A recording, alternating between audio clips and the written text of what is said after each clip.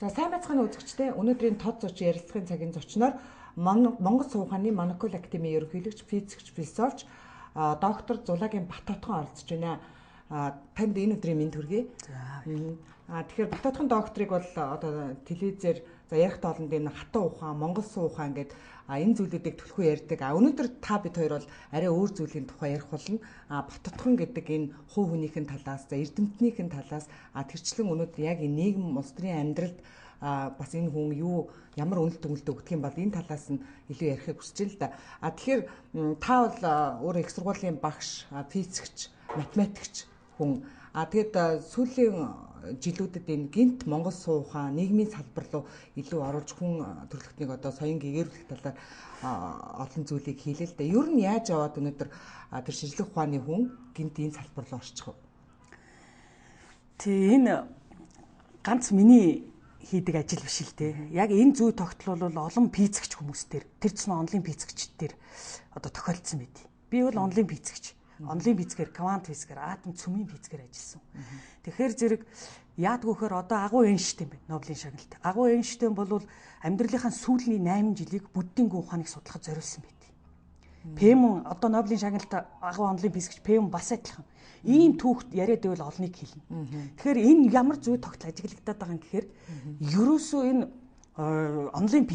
онлын физик гэдэг чинь нөгөө нүдэнд үзэгдэг, гарт баригддаг, шүдэнд хазагддаг бит зүйлс дээр шинжилгээ хийдэг биш.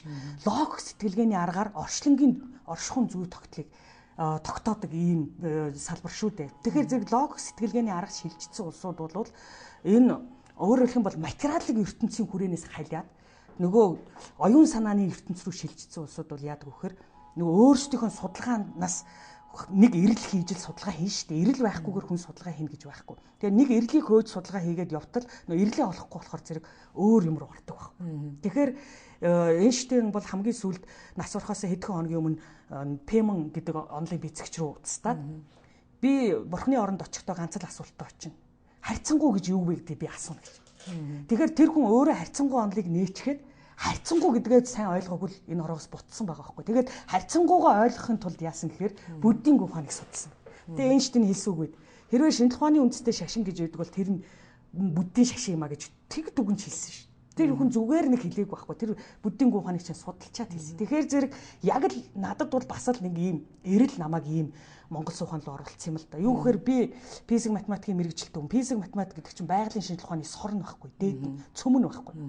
Физикийн шинжлэх ухаан, физик математикаас би орчлон ямар хуулийн дээр оршдог. За Монгол улс бол өнөөдөр нэг 7-800 хуулийн дээр оршиж штэ. Дэлхий болохоор нэг баахан олон улсын конвенц гэрээнүүд гээд баахан хуулийн дээр оршиж байна. Гэтэл энэ орчлон ямар хуулийн дээр оршдог гэдгийг л хайдаг байхгүй юу? Эцсийн зорилго, физикийн зорилго тэр. Тэрийг л хайсан чинь физикээс олдог байхгүй юу? Тэгээ байгалийн физикээс халиад байгалийн одоо хим, биологи, газар зүй гэх мэт байгалийн нэг 20 гаруй салбарыг уншсан байгалийн шинжлэх ухааны. Тэгээд олдоогүй. Тэгэхээр хүн чинь яахан өөрөө ирэхгүй нөгөө философор орж гүн ухаан руу, өрөнд орны гүн ухаан руу орсон. Өрөнд орны гүн ухаан, эртний грекийн гүн ухаан, эртний хятадын энэтхгийн гүн ухаан бүгдийг нь уншлаа. Тэгтэл нөгөөдөг чинь бас л олдоогүй. Тэгэхээр чинь яах юм? Аргаараа шашны гүн ухаанууд руу орлоо.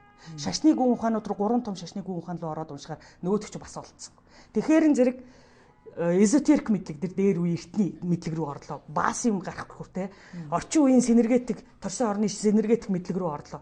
Ингэхээр чи юм зүй тогтол харагдахгүй шүү дээ. Тэгэхээр зэрэг л Монгол руугаа орсон юм л да. Тэгээ Монгол Сувг ухаан гэж хүн төрлөختний энэ саяын миний нэрлсэн олон мэдлэгийн сангийн хажуугаар монголчуудын өөрсдийн тарих оюунаараа амьдралынхаа тань мэдхүүгээр бүтээсэн том мэдлэгийн сан байсан. Тэр нь одоо Монгол Сувг ухаан гэж нэртэй. Тэгээ тэр лөө орж иж би энэ орчлонгийн оршихуйн зүй тогтол, орчлон ямар хуулийн дээр оршдгийг таньж мэдэж олж авсан байхгүй. Өөрөөр хэлбэл миний эрэл одоо Монгол Сувг ухаанаас олдсон баг. Шинжлэх ухаанчид бол за бүх зүйлийн одоо зүй тогтлыг шинжлэх ухаанаар батлах ёстой гэж үздэг. Тэгээд шинжлэх ухаан үнэхээр мухардах тийм зүйл бас байна уу? Шинжлэх ухаан мухардах гэхээсээ илүү шинжлэх ухааны танин мэдхүйн төвшин дутагдж байгаа юмнууд байгаад байгаа. Жишээ нь шинж гэдэг чинь өмнөний чинь аливаа үзэгдэл юмсын чанар нь дотооддоо байдгийг, далд байдгийг, цөмдөө байдгийг. Харин тэр далд байгаа, цөмд байгаа, дотоодод байгаа тэр чанарын шинж нь гадна талтай байдаг байхгүй. Тий. Тэгэхээр зэрэг одоо жишээ нь хүн чанартай хүнээс яах вэ? одоо өрөвч нэмжин сэтгэл, хайр, инрэл гарнаач гэдэг юм тусламж өгөөмөр сэтгэл гарнаач гэдэг юм. Энэ чинь бол гаднаа шинжин байхгүй. Тэгэхээр шинжлэх ухаан бол яг энэ шинжийг хөөж явсан. Тэгэхээр шинжлэх ухаан зарим шинж хөөсөөр байгаа зарим юмны чанарт хүрсэн байна, зарим юмны чанарт хүрээгүй. Орчлонгийн чанарт бол бүр хүрээгүй. Нэг жид зүйлс жишээ цаг ч гэдэг юм уу, төмөрч гэдэг юм уу, мод ч гэдэг юм уу, ийм юмны мөн чанарт шинжийн хөөсөөр яваад чанарт нь хүрсэн. Гэвч орчлонгийн шинжийг хөгөөд өнөөдөр чанарт нь хараахан хүрээгүй л байгаа. Хэдийн хизээ нэгэн цаг шинжлэх ухаан энэ орчлонгийн чанарыг олж харах тийм өдөр байгаа. Тэрэнд бол би одоо бас нэг доктор хамгаалсан шинжлэх ухааны хүний хувьд бол би гэхдээ энийг чинь монголчууд шинжлэх ухаан хөгжүүлээгүйгээр айл эрт таньж мэдээд амьдрал ахуйтай хэрэгэлсэн байгаас нь монгол суухан байхгүй. Монгол сууханыг та судлаад за өмнө нь одоо физикийг судалсан, философийг судалсан. Тэгээд яг энэ монгол суу ухааны гол тэдрээс ялгагдах одоо ялгаа нь юу юм бэ? Үнэхээр монгол суу ухааны гайхамшигтай гэдгийг та яг юун дээр баталж хэлэх вэ? Суу гэдэгтэй байгаа юм. Суу гэдэг нь юу юм гэхээр зэрэг ерөөсөө энэ орчлон хорвоо нэг гэр байна шүү дээ. Монгол улс гээд нэг гэр байна, тийм үү? Батих доржих гээд нэг гэр байна. Тэрэн шиг орчлон хорвоо гэд нэг гэр байна шүү дээ. Тэгэхээр яг Оросын матрешка хүүхэлдэй шиг том гэр дотроо жижиг гэрүүд нь багтаал ингээл гарч ирээд идэг гэсэн үг байхгүй. Тэгэхээр батих доржих гэд нэг өрх гэр байна. Монгол улс гэд нэг улс гэр байна. Тэрнтэй адилхан орчлон гэргээ том гэр байна. Хамгийн том гэр байна. Тэр гэр дотор ямар онол хууль үйлчилж байна. Тэрийг дараагийн гэрүүд нь авч хэрэгжүүлэх хэрэгтэй байхгүй. Гэтэл өнөөдөр Монгол улсын оршиж байгаа хууль нь 7800 хууль нь зүгээр бидний зохиоцсон хууль. Байгалийн хууль биш. Ингэхээр эн чинь байгалийн хуультай нийцэхгүй байгаа байхгүй. Тэгэхээр бид нар байгальтайгаа холбогдож нөгөө орчлон хорвоотойгоо холбогдож нэг гэрүүл болж амьдрч чадахгүй. Харин Монгол улс гэдэг нэг тустай юм болцоход тэр том гэрээсээ одоо Батих гэдэг 7 хаан бүлтэй айл байхад тэрний хүүд орж гэрээсээ тустай яваад байгаатай л адилхан байхгүй. Ийм л юм өнөөдөр манай дэлхий дээр манай Монгол улс дээр байгаад байгаа. Тэгэхээр зэрэг энэ Монгол суухан суу гэдэг нь энэ бүх юм эвлэр нэгдэж нэг гэрүүл болно л гэдэгтэй л байна. Монголчуудын суу ухааны нэг гайхамшиг нь одоо энэ цөөхөн хүн амтаа энэ одоо газар нутгт төр байгаад өнөөдөр дэлхийн талыг эзэлсэн энэ Чингис хааны нууц, дэлхийг эзэлсэн нууц гэдэг олон зүйлийг ярих байх л та. Ер нь та зэрэг тэр монголчуудын хүчтэй байсан тэр агуу байсны гол нууц нь юундаа байсан бэ? Гол нууц нь орчлонгийн оршихуун тэр төгс төгөлдөр тэр туйлын үнэн онол хуулиудыг л дагаж мөрдөж хэрэгжүүлж чадчихсан. Тэр орчлонгийн оршихуун хуулийг чинь Тэнгэрийн зарлиг гэдэг. Тэр хуулийг л дагаж мөрдөж амьдралд хэрэгжүүлж чадсан учраас амьдрал нь яг энэ орчлонгийн амьдрал шиг байна. Өнөөдөр нар өглөө мандгаараа манддаг, сар мандгаараа манддаг, орой жаргадгаараа жаргадаг, одод тэнгэр төгдгээрээ төгдөг тийм ээ. Яг энийг хэдэн тэрбум одоо манай орчлон хорвоо үсээд 15 тэрбум жил болчиход байна. Гэтэл 15 тэрбум жил болоход энэ өөрчлөгдөв шүү дээ. Тэгэхэд өнөөдөр чи битээр ярилцаа сууж маргааш амьд байх үгүй гэдэг баталгааг л болцсон. Юм ингэж өөрчлөгдсөн. Хүмүүний орчлон. Гэтэл орчлон хорвоод орчлонгийн гэр дотор бүх юм байдгаараа л байж байгаа. Тэгсэн мөртөө байхдаа од нь гэрэлтэж, нар нь гэрэлтэж, дэлхийн гэрэлтэж, бүх юм гэрэлтэж сайн сайхнаар оршиж байгаа. Төвшин амгалан оршиж байгаа. Гэтэл бид нар өнөөдөр ямар аюул ирэх, ямар эрсдэл ирэх, ямар төв гай ирэхийг бид нар мэдэхгүй. Таашгүй. Тэгээ тэгэхээр зэрэг л монголчуудын тэр агуу байсан тийм Чингис хааны тэр дэлхийг түвшдгсэн удирдсан тэр агуу юм олон юм ярьж болно. Гэвч тэрний нууц нь тэрний тэр үндэс нь юу вэ гэхээр орчлонгийн оршихуун хууль байхгүй. Тэгээд за монголчууд үнэхээр тийм агуу байсан бол бас үр удмж гэсэн агуу байх хэвээр. Өнөөдөр Монгол улс үнэхээр тэр агуу их хүмүүсийн өнөөдөр үр сад гэж хэлэхээсээ ичмээр л нөхцөлд амьдарч ин л да альч талаараа хүнийхээ хөгжлөөр улс орныхоо хөгжлөөр гэд. Тэгвэл тэр агуу хүмүүсийн ур сад яагаад өнөөдөр бид нар ийм болчих вэ? Бид нар орчлон гэрээсээ тасраад орчлон гэрийнхэн эцэг эхээс тасраад одоо ээж аваарынхаа үгэнд орохгүй нэг хүүхэд гудамжинд гараад гэрээсээ дайжил яваад байгаатай адилхан л байхгүй. Тэгэл буруу зүг үнийг дагаад буруу зүг үний хэлснээр ярьснаар ингээл дагаад амьдраад байгаатай яг адилхан байхгүй юм чинь. Бид нар өнөөдөр орчлон гэрээсээ тасраад орчлон гэрийн өдөрж авч явдаг ээж аваасаа салаад тэгээд өнөөдөр бид нар яасан суурин иргэншил гэж энэ байгалийн хуулийн дээр амьдардаг биш. Өөрсдийнхөө зохиосон хуулийн дээр амьдардаг хүмүүсийг дагсан учраас бидний амьдрал өнөөдөр ийм савн болчиход байгаа. Нөгөө одоо бид нарын даган дуурайгаад ардчилсан Монгол улсын ардчлалыг бий болгоно. За өнөөдөр одоо их сайхан нийгмийг бий болгоно гэдээ яваад идэг бүгд буруу гэж үү? Буруу шүү дээ. Өнөөдөр Америк шиг харал да өнөөдөр Америк байна, тэр Англи байна, тэр дэлхийн 20 их гүрэн гээд өөрсдөө зарлцсан гүрнүүд чинь өдрөөс өдөрт, жилээс жил, сараас сард те энэ хүмүүсийн явж байгаа зам буруу шүү гэдэг амьдрал батлаад байна шүү дээ. Энэ амьдрал батлахаас илүү одоо бидэрт ямар баталгаа хэрэгтэй? Амьдрал батлаад байна шүү дээ. Яаж юм? Өнөөдөр дэлхийн алуур, эдийн засгийн алуур, улс төрийн алуур, баялагын алуур, байгалийн алуур, үзэл санааны алуур, улс үндэстний алуур гэдэг бүх алуур чинь өнөөдөр хэрэгжчихэд байна шүү дээ. Тэгээ ийм их алууртай нийгэм дотор бид нар ийм их нялуун шулуун халуун гэд нүдэнд харагддаггүй далд хэлбэрээр хийгдэг дайнд нэрвдчихэд бид нар өнөөдөр тэднийг зөвөөгөө суугаад байгаа маань одоо ухаанд хүнээс гарах явдал мөн үгүй юу? Бас нэг эрүүлэр сэтгэж үзмээр л байна шүү дээ. Энэ хүчрэг 20 гүрэн чинь бол их 20 гүрэн биш. Эднэр бол зөвхөн мөнгө, эдийн засаг, санхүүгийн хувь дээр их гүрэн. Гэвч тарих оюун ухаан, оршин амьдрахын онол, хууль, шударгаас үнний тал дээр бол эдгээр их гүрэн биш байхгүй. Тийм учраас дэлхийд 20 их гүрэн байгаа мөртлөө дэлхийг төрч чадахгүй. Гэтэл 13 дугаар зуунд ганцхан сая хүрэхгүй монголчууд ганцхан их Монгол улсыг байгуулад дэлхийг төрчтгдсэн. Ялгаа нь их Монгол улс зөвхөн мөнгө санхүү, эдийн засгаар их гүрэн байгаа зогсоогүй төрөний хэлдэг тэр олон юмар их гүрэн байсан. Нөгөө яриад байдаг эрхчлөө шударга бас тэгшэрх тэр зүйл маань тэгээд тийм ч одоо оновчтой зүйл биш гэж биш шүү дээ. Эрх чөлөө гэдэг чинь тийм ээ хэн нэг одоо ухаан нэмгэнтэй хүмүүсийн одоо их дураараа ашигладаг дун чөмгөрөж иргэдэг явдал биш байхгүй юу. Эрх чөлөө гэдэг чинь чи асар өндөр сахилга бат дэг журам ёс суртахуун гэгэрэл мэдлэг оюун боловсрол ухаан хүн чанар хүнлэг сэтгэл энэ хүнийг хүн болгодог энэ олон зүйлийг өөртөө цогцлоож эзэмшээд тэрийг амьдралд хэрэглээд тэгснийхээ гавьяагаар амьдралын сайн сайханд хүрч байгаа энэ амьдралын сайн сайхны эрх чөлөө, аз жаргалын эрх чөлөө. Түүнээс биш тохиолдлын сексийн эрх чөлөө биш. Мансуурал архиталт, янханталтын эрх чөлөө биш. Тэгэхээр зэрэг тэр тарих оюунтай ухаантай өөдтэй хүнээс чинь тэр янхантанд мансуурал архиталт тэр юм чи гарахгүй штэ.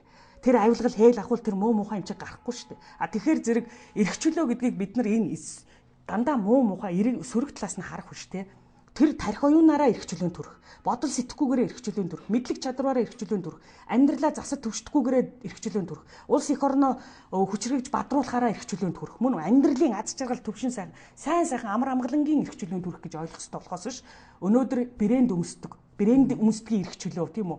Одоо материалаар хөөцөлдгийн эрх чөлөө, бүхс янханталтаар хөөцөлдгийн эрх чөлөө, одоо арх тамхи муу мухагаар хөөцөлдгийн эрх чөлөө гэж ойлгож болохгүй байхгүй. Тэгш ширхийн тухайд одоо тэгш одоо хүн болгоно л тэгш эрхтэй байх хэрэгтэй. Гэхдээ эн чинь одоо ийм штэ. Монгол улсынхаа төлөө, өөрийнхөө төлөө, өрх гэрийнхээ төлөө, Монгол улсынхаа төлөө цаашлуул дэлхийнхээ сайн сайхан амьдралын төлөө өөртөө байгаа сайн сайхан бүхнээ зориулсан хүн хамгийн эрх идлэх ёстой. Хамгийн их эрх идлэх ёстой. Илүү их идлэх ёстой. Гэтэл өөрийнхөө төлөө.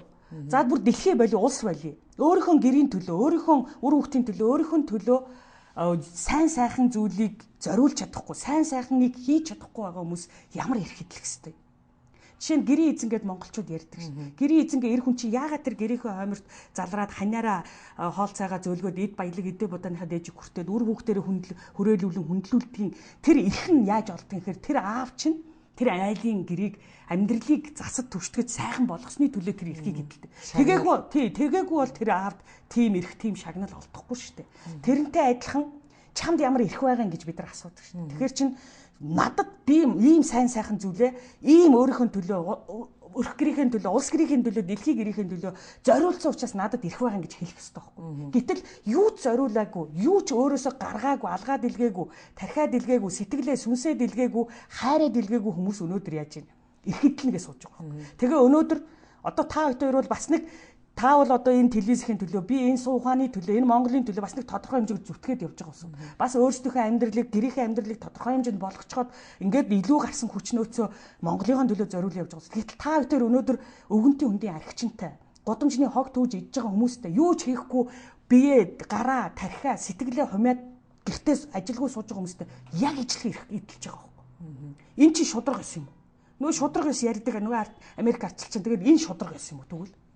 Илүү хөдөлмөрлсөн илүү эрх эдлэх ёстой, баг хөдөлмөрлсөн баг эрх эдлэх ёстой. Манайд бол одоо албан тушаал өндөртэй байх тусмаа илүү их эрх мэдэлтэй байх ёстой, төрд ажилтдаг хүн давуу байх ёстой гэсэн Гэхдээ тэрний чинь цаана юу гэдгийг албан тушаалд очсон хүн гэдэг чинь Монголын төлөө тэр хэмжээгээр их ажил хийх хэрэгтэй байхгүй. Их хөдөлмөрлөх хэрэгтэй. Тэр хэмжээгээр эрх хөдлөх хэрэгтэй. Гэтэл юу ч хийхгүй албан тушаалд очичоод харин ч эсэргээр Монголд хортой муу юмнуудыг хийгээд байгаа мөртөө яг илүү эрх хөдлөнөөс суугаад байгаа байхгүй. Энэ чинь шударга байсан юм уу?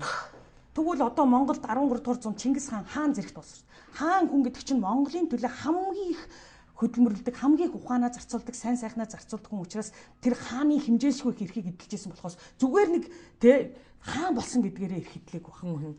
Өнөөдөр яг энэ эрх үүргийн тухай ярихаар өнөөдөр ер нь монголчуудын дунд нэг зүйл байна л да. Энэ төр барьж байгаа. Одоо бид нар ингээд одоо хэцүү амьдарч байгаа. Энэ улс орон хөгжихгүй байгаагийн голыг за энэ 76 тэнэгээс за энэ их хурл засгийн газар улс орноо авч чадахгүй байна. Энэ хүмүүс төрд байгаа хүмүүс гэдээ бурууг бүгдийг тэр хүмүүс рүү чигчдэг. Дараа нь сонгуул болохоор ахаал тэр хүмүүсээ сонгочдөг. Энэ тохиолдолд ер нь хинтээ хариуцлага ярих хэрэгтэй юм бэ? Өнөөдөр энэний гол буруут нь хэн бэ? Гол буруут нь ард түмэн өөрөө. Сонгуул өгч байгаа хүмүүс өөрсдөө. Монгол суухан хэлдэг шүү дээ. Алдааг бусдаас хайдгүй маа. Өөрөөсөө хайдаг гэж. Тэгэхээр зэрэг Монголын төр 76 тэнэг сонгогдоод байгаа бол хэн сонгосон юм? Ард түмэн сонгож байгаа шүү. Ард түмэн буруутай шүү. Тийм учраас бид нар өөрөө өөрсдөөсөө алдааг хайж сурах хэрэгтэй. Өнөөдөр Монголд ороо байгаа нь энэ төр зэсэгт байгаа хэдэн хүний буруу гэхээс илүү ард түмний буруу байна. Дандаа тийм Монголыг үүрч авч хамаарч хариуцж чадахгүй хүмүүсийг тэнд сонгож гаргаад байгаа бидний буруу ш. Энд одоо яг өнөөдрийн төрд одоо албан тушаал хашиж байгаа энэ төрийн эрхийг барьж байгаа хүмүүс та яг ямар үнэлгээ өгөх вэ? Энэ хүмүүс яг үнэхээр улс орныхоо төлөө тэр чин шударгаар ажиллаж чадж байна уу? Орон нэр төдөн шүү дээ. Зүгээр нөгөө бид нар чи хүүхд байхдаа айл гэр бол тоглоно гэж нэг юм болдог шүү дээ. Тэрийн шиг төр бол тоглож байгаа хүмүүс шүү дээ. Тэгээд эрх мэдэлтнүүд байна. Тэр эрх мэдэл дээр суудсан хүмүүс байна. Харамсалтай нь тэр эрх мэдлийн хүрээнд олгогдсон үүргийг гүйцэтгэхгүй. Тэгэхээр чин энэ төрөөс чин юм хүлээх найдахад хэцүү болчихлоо шүү дээ. Яг Монгол ардын ман намын засгийн газар тэр үед одоо бүржсэн төртэй харьцуулахад бол бас нэг арай гэгээтэй юмнууд тусчил байна. Яг бас нэг нийслээ гудамжаа үүдэн татъя инээ тэрэ гэдэг ингээд нэг метро тавья. Ярьж байгаа юм дандаа эд зүйл. Зам, метро, удаа, зуух ингээд дандаа эд туурга дээвэр гэр одоо байшин дандаа эд зүйл. Энэ Улаанбаатар энэ нийслэл энэ Монгол улс чинь эд зүйл биш шүү дээ. 2.9 сая монголчууд шүү дээ. Хүний асуудал хаягддаг. Хүн яригддаг. Хүний тарих яригддаг. Хүний ухаан яригддаг. Хүний өмөөжил яригддаг. Одоо өнөөдөр Монгол эмэгтэй хүн 3 настай хүүхдийнхээ толгойг заазуураар чавчаад цогцын сугавчлаад 2 цаг гудамжаар явсан гэж. Үгүй энэ хүн хаана байна? Энэ дээр өнөөдөр Монгол улсын ерөнхийлөгч, Монгол улсын их хурлын дарга, Монгол улсын ерөнхийлөгч, боловсролын сайд, хууль зүйн сайд энэ дээр ажиллаж байгаа хэрэгтэй шүү. Юу хийгээд байгаа юм те тэр? Тэгсэн мөртлөө нэг баахан мөнгө ярьдаг, баахан гудамж ярьдаг, баахан зүлэг цэцэрлэг ярьдаг, баахан цэцэрлэгт хүрээлэн ярьдаг, байшин ярьдаг, төмөр зам ярьдаг, одоо уул уурхай баялаг ярьдаг. Ийм л хүмүүс болчиход байна шүү дээ. Чинь Монгол гэдэг чинь эд баялаг, эд зүйл гэхээсээ илүү 2.9 сая хүн байгаа шүү гэдгийг л ойлгох хэрэгтэй шүү. Монголчууд бол төр төсний их уламжлалтай, за төрийн сүлд үрсэ гэж их дээдэлж төрийг бол одоо их эрхэмд тавьдаг тийм ард түмэн байсан. За харамсалтай нь яг өнөөдрийн төр барьж байгаа одоо яг өнөөдрийн үнцгээс харахад өнөөдөр төрийг одоо хүндэтгэх тэр үзэл бүр байхгүй болсон. Энэ төр засагтай эрх барьж байгаа хүмүүстэй ч итгэл нь алдарчихсан. Ийм байдалд яагаад хүрсэн бэ? Ихэнх ард түмнүүд ертөнцийн эзэндээ, бурхандаа гэгэрсэн хүндээ, агуу суут хүндээ мөрөгж идэг. Тэгэхэд монголчууд бол төрөмийнхөө сүлдэнд мөрөгдөг ард түмэн байсан гэдгээрээ илүү онцлог. Тэгэхээр энэ юуг харуулж байгаа юм гэхээр монголчууд бол Монголын төрт ёс гэдэг бол монгол хүний хувьд тийм эрхэмдээд ямар ч хувь хүнээс илүү, ямар ч бурхан буддаагаас илүү, ямар ч одоо ертөнцийн эзнээс илүү тийм эрхэмдээд амьдралын одоо амьдралд нь тэгж их хамаатай байсан. Тийм их ач холбогдолтой байсан учраас монголчууд төрийнхөө сүлдэнд залбирдаг, мөрөгдөг байсан тод жишээ. Өөр тийм ард түмнийг дэлхийгээс олоод иргэд олдохгүй. Тэгэхээр эн чинь юу хэлж байгаа гэхээр Монголын төр шиг төр байсныг л хэлж байгаа байхгүй. Гэтэл харамсалтай нь өнөөдөр хүндлэхгүй байх гэж байна хүндлэхгүй болохоор яадгийг. Тэр чин тэр цаад юм нь үн цэнэгүй, цаад юм нь худлаа, буруу болоод ирэхэл хүн хүндлэхээ гэдэг шин. Төрд итгэлээ алдсан. Дандаа удлаа хэлдэг, ард түмний хуурдаг, тэг ин ингэн гэдэг. Тэгээд тэрийг хэрэгжүүлдэг, лөөвөрддөг, дээрэмдэг, хуурдаг, мэхэлдэг те. Энэ чинь хүн суртал гаргадаг. Тэгээд төвг болдог. Энэ чинь өнөөдөр ард түмнийг төрөөд идэхгүй. Төрийгөө сүлдэнд мөрөхгүй болгочихж байна. Яг өнөөдөр энэ төр үнэхээр болохгүй байна. Болохгүй хүмүүс гарчлаа гэдгийг одоо хаана мэдээд байгаа мөртлөө за өөрчлөлт шинжлэе гэж нэг хэсэг хүмүүс ордог бас тэрийг нь ард түмэн бас жоохон ч гэсэн сонгодог. Яг ороод нөгөө эрг шураг боолт нь болол тэн дундаа ороод яг адилхан болол сүүлд нь за адилхан ч адилхан гэд энэ төрд орохоор л ийм болчоод идэх юм уу эсвэл ер нь энэний гол бас англиар нь юунд байдаг юм бэ? Тэгээ би одоо төр гэх юм уу одоо энэ төрийн төлөөл миний харуул төрийн төлөөл шүү дээ их хурал засгийн газар гэдэг чинь төр гэдэг чинь ард түмэн. Тэгэхээр зэрэг энэ төрийн төлөөл рүү орсон ямар шудраг хүн шудраг биш болдог, ямар ч хүн чанартай хүн биш болдог, ямар ч ухаалаг оюунлаг хүн ухаалаг биш болдог гэдэг. Тэгээд хаашаа тийм одоо нэг атгалжи хар мангас юм төр гэдэг чинь. Тийм л юм ойлгогдоод байна шүү дээ чинь тий. Гэтэл бол тэр би бол тэгж тэр төр гэдэг энэ тогтолцоо руу чихээс илүү тэр хувь хүнийг л хараад байна л да. Тэр хүн болвол наана худлаа имиж бүрдүүлдэг, шудраг, эсвэл ухаалаг, эх оронч, тэ шинжил хийх гэж байгаа шудраг имижийг бүрдүүлдэг. Тэгэнгүүтээ оронгуудаа яг нөгөө тэр лөө орчингууд яг өөрийнх нь жинхэнэ амбиц, жинхэнэ үнэн дотоод дүр төрх нь гарч ирдэг байхгүй. Тийм учраас тэр лөө уусдаг гэж худлаа хэлдэг байхгүй. Тэрнээс биш ганц тайчин ганцаардахгүй гэж үг биш шүү дээ. Тэгэхээр зэрэг үнэхээр өөрчлөлт гэсэн хүн бол тэн дотор өөрчилж болох л байна. Тэдний хэлдэг нэг тайлбар нь за үндсэн хуульдаа өөрчлөлт оруулах замаар ч юм уу. Ер нь энэ тогтолцоог өөрчлөхгүй бол энэ бол хүндээ биш тогтолцоонд байгаа юм аа. Тогтолцоо ийм тохиолдолд тэрлүү одоо 1-2 шудраг хүн 1-2 монголоо гэсэн хүн ороод өөрчилж чадахгүй гэсэн. Тэр бол үнэн. Тэрнтэй бол би 100% санал нийлнэ. Яагаад тэгэхээр өнөөдөр энэ арчил гэдэг те ухаангүй, оюунгүй, ёс суртахуунгүй, сахилга батгүй, дэг журамгүй, удирдах ёсыг мэдэхгүй, захирагдах ёсыг мэдэхгүй, хариуцлага хүлээдгүй, өөргөө ухамсарыг гүйцэтгэдэггүй ийм хүмүүсийн, мунхаг хүмүүсийн дураараа дургах дун чөмгөрөж иргэх боломжийг нээж өгдөг арчил гэдэг энэ Америкаас, Англиас тулгаж оруулж ирсэн энэ нийгмийн тогтолцоо. Дээр нь өнгө мөнгөний өмнө те ямар ч үнэтэй зүйлээ дэвсээд өгдөг. Энэ зах зээлийн тогтолцоо хоёр нийлэхээрээ энэ ерөөсөө ямар ч улс үндэстнийг ямар ч хүнийг дээшээ явуулахгүй доор нөгөө тамийн догооны үлгэр шиг доороос нь чангаагаад байгаа байхгүй.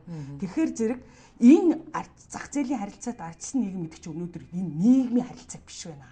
Энэ буруу байна. Энэ тэр боолын нийгэм шиг, пиадлын нийгэм шиг, нөгөө капиталист нийгэм шиг те дарлагч дарангуулагч анги байдаг шиг тэр нийгмүүдийн нэг хувилбар байгаа. Түүнээс биш нөгөө бидний одоо хүсч мөрөөдөд байгаа хүнлэг энэрэнгүй арчилсан тэр нийгэм чинь биш байгаа байхгүй. Тэгэхээр зэрэг энэ нийгэм эдийн засгийн тогтолцоогоо одоо өөрөөр хэлбэл дахиад шинэ нийгэм хэрэгтэй гэсэн. Шинэ нийгмийг байгуулахгүйгээр бид нар энд одоо явж чадахгүй. Хэрвээ ингэх юм бол бид нар яаж хөгжөөд эцэст нь яг их хорон гүрэн шиг дарангуулагч, мөлжөгч, луурдагч гүрэн л болж байна. Хөгжлийн оргил нь тэр тодорхой ирээдүйн тодорхой. Өөрөөр хэлбэл одоо 90 оны ардчлал бол зөв зүйл биш байсан. Тэр арчлын түүхийг бүтээлцэж явсан хүмүүс ч бичиж байна, хэлж байна. Одоо өнөөдөр те бас нэг 20 жил өнгөрчлөө эргээд харахад юм ойлгогдож штэ. Тэгэхээр зэрэг энэ тэр бол арчилсан хөдөлгөөн Монголд ялсан болохоос арчилсан хувьсгал ялаагүй гэдэг тэр бол яг үнэн байгаа байхгүй. Тэгээд үнэхээр манад өнөөдөр шудрагаас наалга, үнэн наалга, тэр ухаан наалга, оюун наалга, ёс суртахуун наалга, гэгэрэл наалга, тэр сахилга бат дэг журмын наалга, тэр хүн байхын тэр үнэт зүйлүүд вирусоо байх. Энийг бас зөвхөн за хөндлөнгөөс жирийн иргэд судлаачид хэлээд байгаа юм биш. Дотроос өөрсдөө ч гэсэн ойлгож эхэлж л та өнөөдөр үнэнд гүйцэгдэн гэдэг шиг. Өнөөдөр төр засгийн эрх баригчид маань үнэхээр энэ бид нар буруу явчлаа. Өнөөдөр том төрөөс ухаалаг төрлөө шилжийа. Энэ том төр хэтэрхий бий болоод буруу улс орноо залж явлаа гэдгээ бас хүлээн зөвшөөрж байна. Үнэхээр нөгөө 100 ямаан 60 ухна хичээр манад бол дэндүү том төр байгаа байхгүй. Дэндүү том төр. Би бол өстой яаж энийг бол тий одоо байгаагийнх нь 10% төргөж агшаах тэр тэнгэрийн одоо юу хөгжлийн загвар бол байна л да Монгол суухан дээр босволс. Үнэхээр том төр. 2.9 сая хүнд дэндүү том төр тий. Энэ бол баг хятадд ч том төр байхгүй. Ийм том төрийг өнөөдөр бид нар байгуулчихад ингээд сууж байгаа. Тэгсэн мөртөө нөгөө том төр нь ямар ч хүчгүй. Тэгэхээр зэрэг нэг талаас том гэдэг талаасаа ярихад юм. Тэгэхээр том төрийг ухаалаг төрийг болгоё гэдэг нь айгүй зөв мессеж байхгүй. Зөв мессеж, зөв хандлага, зөв асуудлыг зөв олж харж байна те. Гэвч ухаалаг төрийг ухаалаг хүмүүс, ухаалаг тархиуд бий болгодог болохоос тэнэг хүмүүс бий болгодог байхгүй. Одоо тэгээ тэнэг хүмүүс нь нөгөө ард түмний чинь сонгогдсон нөгөө 76 тэнэг чинь ухаалаг төрийг байгуулна гэж байхгүй шүү. Тий. Тэгэхээр ухаалаг төрийг чинь ухаалаг хүмүүс л байгуулна шүү. Тэгэхээр энэ төр нийгэм эдийн засгийн шин тогтолцоо, шин нийгэм иргэдээс гадна энэ улс төрд чинь одоо шинэ хүмүүс. Жинхэнэ улсыг төр болгож чаддаг тийм хүмүүс орох хэрэгтэй байхгүй. Түүнээс улсыг будаа болгодог хүмүүс орж болохгүй байхгүй. Одоо тэгээд яг өнөөдрийн ирэх барьж байгаа хүмүүс яг ухаалаг төрийг ярьж байгаа нь сайн боловч өөрсдөө тийм ухаалаг биш учраас ийм чадамж төрийг төршиг болгох тийм чадамж байхгүй гэж та үзэж байна уу? Гэхдээ би боддгийн хөв хүнийхээ хувьд ингээл энэ телевиз хэвлэл мэдээлэлээр явж байгаа мэдээлэл ингээл гадаад дотоод мэдээлэл аваад харьцуулаад байж байгаа. Гэхдээ энэ Орос хятад хоёрын л хор найруулагчдын тэдний улс төр гэж юу байгаа? Бас л адилхан хор найруулж шít. Энэ дэлхийд ч улс төр байхгүй. Бүгдээрээ л хор найруулж байгаа. Хэн сайн хор найруулж чадсан л дээш явж шít. Тэгэхээр зэрэг Орос хятад хоёрын хор найруулж чадаад байгаа хорыг те манай монголчууд энэ төрд байгаа хүмүүс өнөөдөр найруулж чадахгүй шít. Тархины үед тэдраас дор урцсан биш. Гэхдээ тэр хороо найруулахтаа хүртэл тэдраас дор урцсан байхаар чинь тэр бол ухаалаг төрийг бүтээнэхэд бол би л итгэхгүй. Тэгээд яг нь ер нь бол өнөөдөр бас та ингээ Монгол суухан нэг яриад баг 10-аад жил боллоо. За энэ хүмүүс маань үнэхээр одоо мэдэхгүй байгаа болов гэхээр одоо мэддэг хүмүүс нь хажуугаас нь зөндөө яриад хэлээ заагаад за ийм байх хэвээр энэ буруу байна гэдгийг хэлээд идэг. Тэгээд яг ингэж та ингэж ярьснараа зөвлснөөрөө тэгээд юм өөрчлөгдөж байна уу? Гэхдээ нөгөө илжигний чих рүү алт хийсэн сэгсэр нь усч хийсэн сэгсэр нь гэж Монгол суухан өнөөдөр те аль 2007 оноос хойш яригдаад бүр 100 цуур 11 бот ном нь гараад 100 цуур лекц нь хийгдээд Монгол дотор өнөөдөр Монголын ард түмэн дотор мэдхгүй Монгол суухан хаан хатуухан гэж нэрлж мэдхгүй нэг ч хөнгөө болцсон байна. Дээр нь бүх Монгол турхад нь түгцсэн байна. Тэгэхэд өнөөдөр Монголын төр гэдэг байгаа энэ хэдэн нүдэн балаа чихэн дүлий сууж байгаа байхгүй. Тэгэхээр энийг чинь төр гэж хэлэхэд хэцүү байгаа үстэй. Өөрөөр хэлбэл Монгол суухан нийгмийн том бодит үзэгдэл болцсон байхгүй. Үзэгдэл ард түмний тархинд зүрхэнд сэтгэлд сүнсэнд хүрчээд ахад өнөөдөр энийг хүлээн зөвшөөрөхгүй сууж байгаа төртөө чи юу ярих юм? Тий. Тэгэхээр зэрэг ийм улс оронд гарч ирж байгаа шин соргог ийм имийг хүлээж авч чадахгүй ийм хүмүүс ийм төр засаг байна гэхээр төртөө байна гэж хэлэхэд хэцүү байхгүй. Тэгтээ яг энийг ярьж байгаа хүмүүсийг бас эсрэгээр нь зөв хүлээж авахаасаа илүүтэй шүүмжилдэг хүмүүс бас их байдаг. Ялангуяа одоо шилдэг нийтлэлчид гэж өөрсдөө нэрлэдэг хүмүүс бол одоо агуу их солиорл тусчихсан хүмүүс, худлаа их орончид одоо юу гэдгийг маш их нэр хочийг өнөөдөр зөөж ирсэн. Тэрний нэгэнд бас та явдаг шүү дээ. Гэхдээ би бол тэр худлаа гэдгийг миний сүнсэнд ороод мэдчихсэн юм. Нэгдүгээр тэр хүмүүс. Хоёрдугаар тэр сэтгэл мэдрэлийн өвчтөй хүмүүс чинь одоо сэтгэл мэдрэлийн өвчтөй гэж тодорхойлоогүй шүү дээ. Би жоохон төрүүлж сэтгсэн үнэн. Ер нь хүн төрлөختөн оюуны тал дээр шин идэ санаа, шин сэтгэлгээ, шин сэтгэхгүй, шин мэдлэг дэх дургу хойрог байдаг шүү. Шин брэнд, шин эд зүйл болохоор хэний ч шаардлагагүй хурдаг. Өөртөө гүйж очиод хүртээд аваад мэдрээд хэрэглээ явчихдаг. Шин мэдлэг, шин сэтгэхгүй, шин санаа, шин идэ болохоор зэрэг хойрог ханддаг. Эхлээд дандаа одоо буруугаар хүлээж авдаг тийм. Жишээ нь одоо ганцхан жишээ хэлдэг. Дэлхийн нарыг тойрж иргэдгийм байна гэж хэлсний төлөө бурууг амтайран шатаагаа үздэй. Тий. Өшөө амьдралын олон сайхан дэвшилт үзэл санааг дэвшүүлсний төлөө олон шинжлэх ухааны эрдэмтдийг шашны шүүгээр оруулж яллаа үздэй. Иесус Христосыг амьдаар нь цовдлж алаа үздэй. Энд чинь хүн төрлөختний гашуун түүх байна шүү дээ. Энд чинь өнөөдөр Монголд явж байгаа биш дэлхийд явж байгаа юм. Тэгээд юмыг судалдаггүй, нийтгчид гэдэг чинь ерөн судалдаггүй өөрсдийнхөө бодлоор хар бодлоор чэйжний бангаар фантаз бишдэг л хүмүүс байхгүй. Судалдаггүй, юмд амьдралд баримт юмд тулгуурлдаггүй те. Тэгэхээр зэрэг энэ судалгаа хийгээд үзээч. Судалгаа хийвэл те. Тэгээ би бол өөрийгөө арай хэдэн алхмын төрөө сэтгэж байгаа гэж харж байгаа. Таны энэ яриад байгаа зүйлүүдийг тэгээд хизээ яг хүлээж авах бол хизээ авахыг бөө мэд. Жишээ нь одоо манай математикт бол байдаг шүү дээ. Цагиргийн онол гэдэг нэг онолыг нээсэн. Галва гэж эрдэмтэн. Тэгээ 100 жилийн дараа хүн төрөлхтөө ойлгосон шүү. Тэгээ энэ хүмүүс хизээ ойлгох юм мэдэхгүй. Тэгээ Монгол суханд байдаг. Тарих ухаанаараа ойлгохгүй бол гай гим зовлонгороо ойлгоно гэж. Тэгээ гай гим зовлон улам бугшиж ижил хизээ нэг цагт ойлгох юм. Тэгтээ бас нэг үе бодвол бүгдээрээс бас ойлгохгүй байгаа биш. Захаасаа бас ойлгож байгаа хүмүүс ч байна. За өнгөрсөн сонгуулийн үеэр л санаж ерөнхийлөгч Элбэгт орж яг нэр дэвших үедээ бол одоо нэг мадууны захад очсон Монгол одоо малчин бол 1000 ухаантай гэж ярьж исэн. Тэр бол яг л 1000 мэрэгчлээ гэдэг. Тэр бол яг л нөгөө Монгол суу ухааны. Би тэр нэвтрүүлгийг харсан, өөрөө ч харсан. Тэгээ ганц би биш монголчууд нийт даяараа харлаа шүү дээ. Тэгсэн чинь яг Монгол Улсын ерөнхийлөгч тэр үгийг хэлсний дараа тэр телевизээр гарсны дараа хөдөөгөөс хотоос тэгээ Монгол туурхтнаас олон хүн манай академи руу над руу уцтаж доктор минь ээ танаа академи хийж байгаа үйл хэргийн үр дүн гарч чинь цаан чин тэр Монгол Улсын ерөнхийлөгч Монгол суу ухааныг сонсдгийм байх, судалдгийм байх, мэддгийм байх. Тэгээ өнөөдөр малчин хүн 1000 мэрэгчлээ гэж тунхаглаа. Таны нөгөө 2006 7 оноос хойш ярьсан юм чинь хэлж гинэ.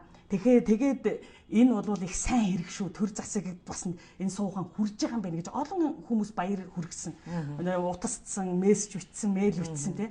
Тэгээд эн чинь бас бидний хөтөлмөрийн үр дүн харагдаж байгаа байхгүй. Нэгдүгээр. Хоёрдугаарт бол өнөөдөр бид нар Монгол сууханыг ийм ухаан байж гээл ном бичээл, лекцлээл, яриад нэвтрүүлгээр ороод ярьцлах хийгээл явж байгаагаас биш яг амьдрал бас үйл хэрэг болгож чадаагүй л байгаа ш. Тэгэхэд Монгол Улсын ерөнхийлөгч өнөөдөр тэрий чинь малчин хүн 1000 мэрэгчлээ гээд мэрэгжлийн үнэлэх тараацсан биш. Тэгээ сая одоо манай энэ суугааны сургалтанд хөдөө бүрх тэр дунд говийн цагаан дэлгэр сумаас тэр сэлингээс тэр хинтигээс хүмүүс ирж суудгийн хагас өдөр болгоно. Тэгсэн тэр дандаа малчин хүмүүс аахгүй. Тэгсэн чинь тэр үнэлхийн над бүр авчирч үзүүллээ. Тэгсэн чинь хамгийн гоё нь бидний чи их сургууль төгсгöd тэр их сургуулийн ректорийн тамга дарсан диплом өгдөг ш. Тэгсэн чинь тэр чин үйлдвэр хөдөө аж ахуйн яамны сайд, боловсролын сайд хоёрын тамгатаагаар өсөхтэй малчин хүн 1000 мэрэгчлээ гэсэн ийм мэрэгжлийн үнэлэх өгсөн байгаа байхгүй. Тэгээ чинь Монгол Улсын ерөнхийлөгч цахиагийн илүүг дөржүүл Монгол суу ухааныг зах цухаас нь амьдралд хэрэгжүүлэл эхэлсэн бодит үр дүн гараа явж шээ. Дээр нь Монгол суу ухаан бол одоо өнөөдөр миний одоо хүмүүс ирж надтай уулзж гэн утасж гэн. Одоо удирдлагын академи дээр. Цагдаагийн академи дээр. Хүмүүнлэгийн их сургууль дээр, Монгол Улсын их сургууль дээр энэ тэнд магистр, бакалаврын төвшөнд тий суу ухааны олон үзэл санааг зааж ин тэнд багш нар нь хуваарь соёл урлагийн их сургууль дээр, соёлын коллеж дээр зааж ин тэд бүгд манай суу ухааныг хичээлийнхээ хөтөлбөрт оруулсан. Хичээлгүй тэр хөтөлбөрт орохгүй.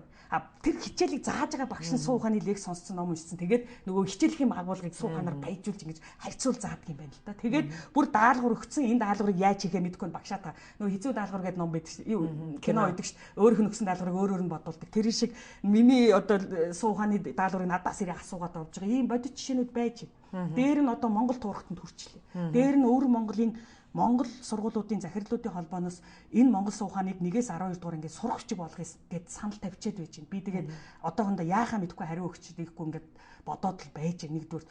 Тэр мөрчлэн ингээд өнөөдөр Монгол суу ухаан чинь Монголын энэ тэнд те бүр салбар болгондоо хүссэн хүсээгүй. Дээр нь одоо Монгол суу ухаан 100 цуурлыг цэр зөв хүн. Би нэг 2004 онд хүн болох хүн байх уу гэж ном хэвлүүлсэн. Тэгэхэд тэн дотор хүн болох хүн байх уу гэдэг үзэл санааг гаргаж тавьсан. Тэрнээс хойш нэг хэсэг хүмүүс хүн болох хүн байх уу гэж ярьсан. Одоо сая суу ухааны лекц гарсны дараа одоо нөгөө суу ухааны үзэл санаа. Зөв үнийн шударга ариун хүнийг бүгд хүмүүжүүлээ гэж.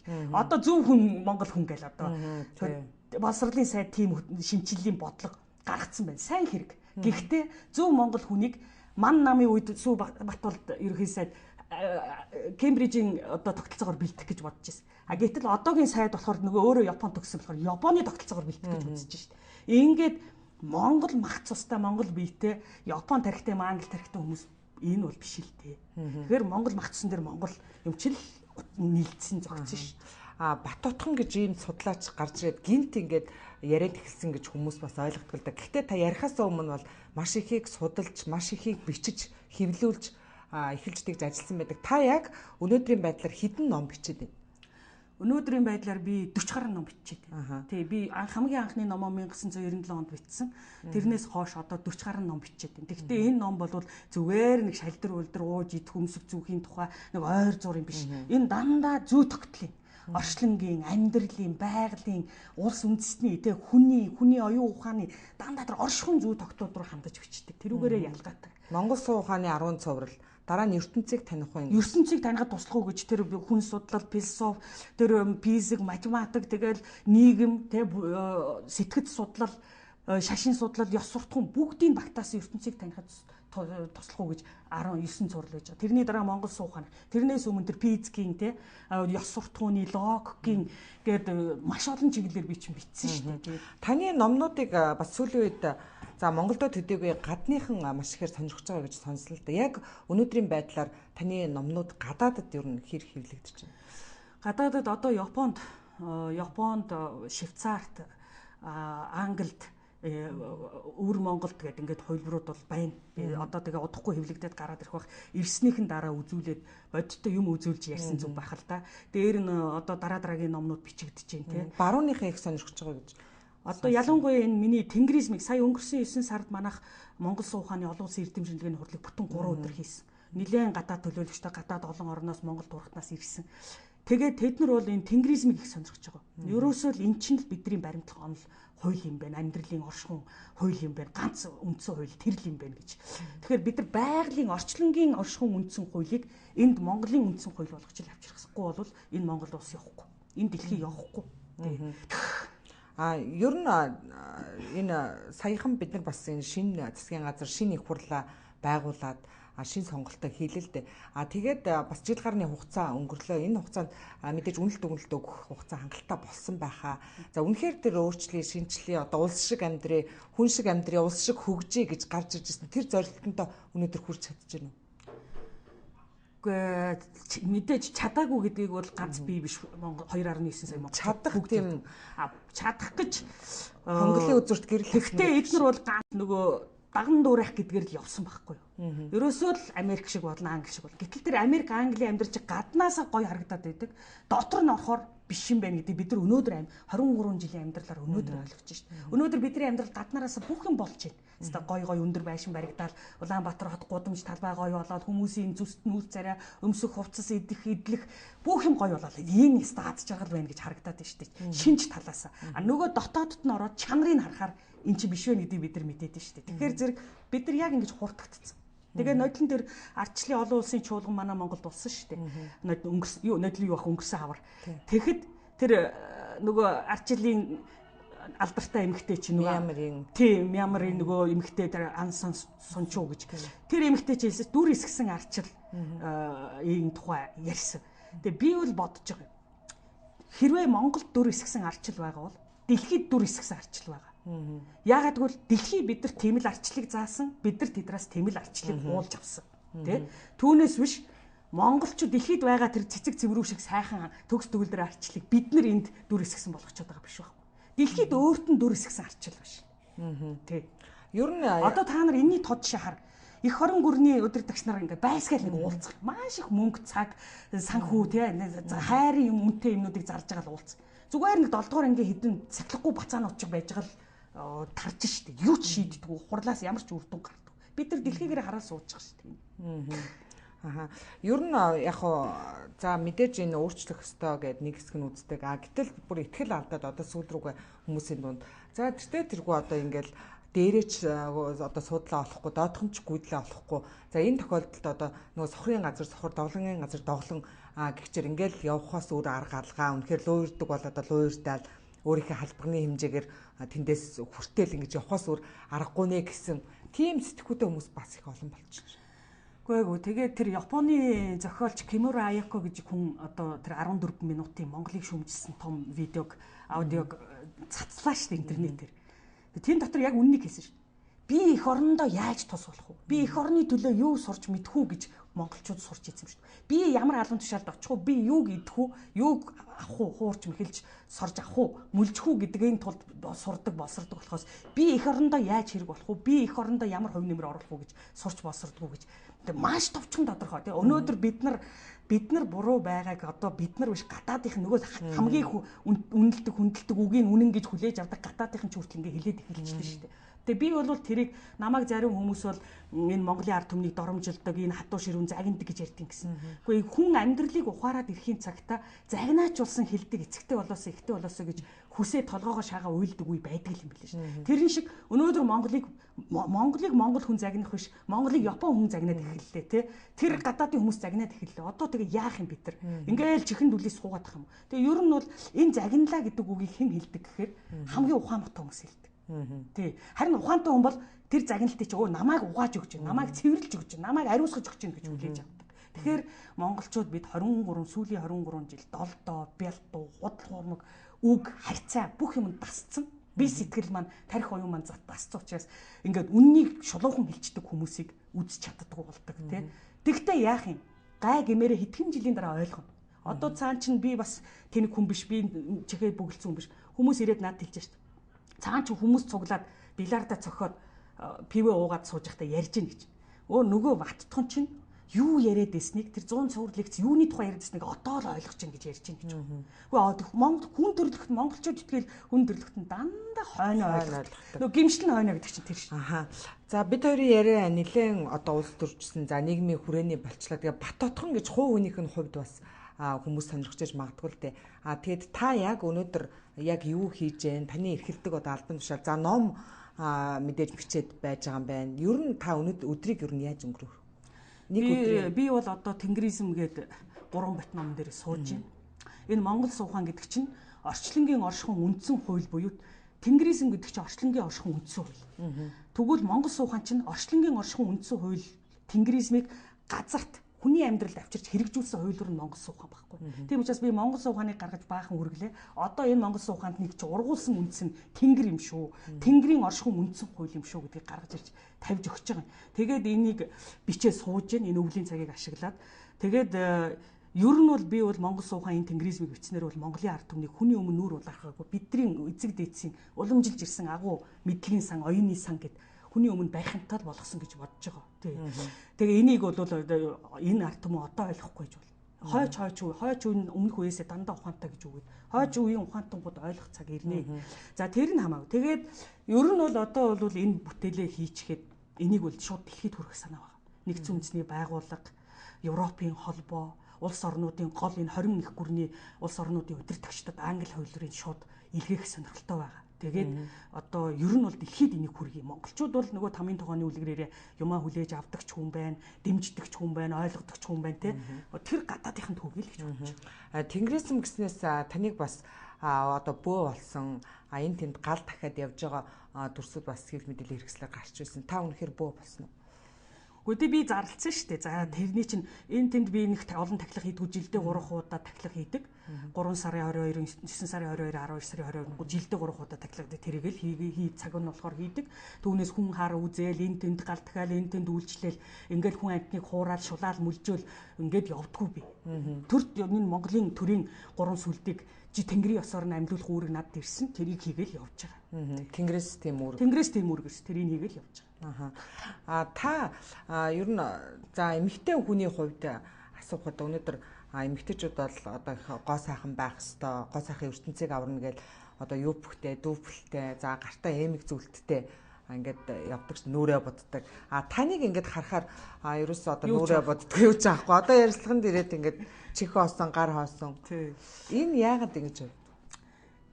Гоо сайхан ертөнцийг аварна гэдэг үг өнөөдөр батлагдсангүй л дээ. Өнөөдөр дэлхийгээр нэг гонгосон гойлог царайлаг хөөхөн гой хүүхнүүд байна. Тэгээд дэлхийг аварсан хаана вэ? Дэлхий улмал утаандаа хогондоо хүчирхээлдээ арх дампуурл муу муухайдаа баригдаа сууж байна. Тэгэхээр гоо сайхан дэлхийг авардаг гэдэг үг бол батлагдсангүй.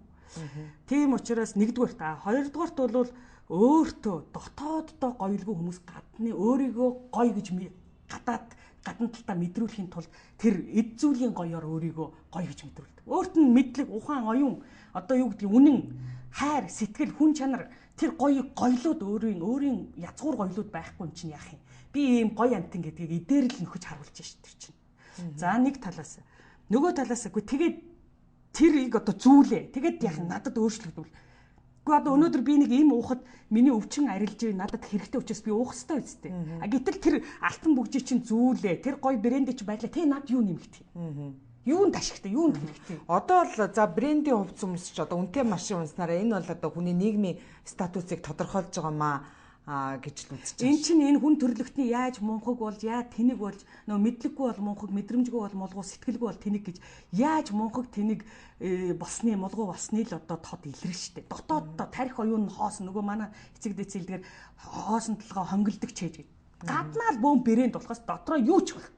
Сэтгэл рүү нүнги, тархи руу нүнги, амьдрал руу нүрги, зориг үйл хэрэг рүү нүнги юу ч байхгүй. Ийм хоосон хүмүүс чинь яадаг юм. Гадна талдаа өөрийгөө хоосон бишээ гэж харуулахын тулд хүмүүс тэгж мэдрүүлэхийн тулд тэр олон юм чинь өөртөө гацуурын мод чиг зүүдэж. Гэтэ таныг бас эмэгтэй хүнийхээ хувьд та бас одоо их гоё байх хэрэгтэй энэ гэсэн зөвлөгөөг. Эмэгтэй хүний хувьд сэтгэлээрээ, ухаанаараа, тархиараа, оюунаараа, сүнсээрээ, цэвэр ариун явдлаараа бүгдээрээ гоё байх хэрэгтэй. Түүнээс эд зүйлээр гоё байх хэрэгтэй биш.